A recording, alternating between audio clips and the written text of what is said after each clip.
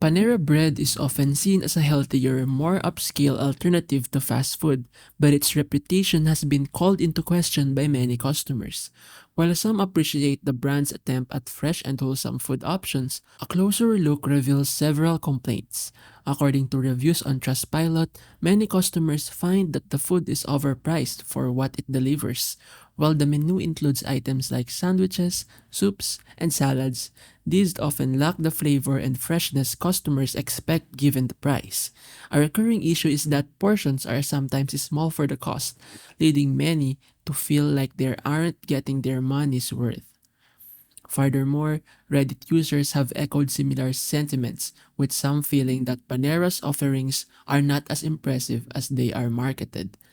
A thread on the unpopular opinion subreddit notes that despite the claims of quality, the food can often seem underwhelming, and the hype surrounding Panera Bread doesn't always translate into a satisfying experience.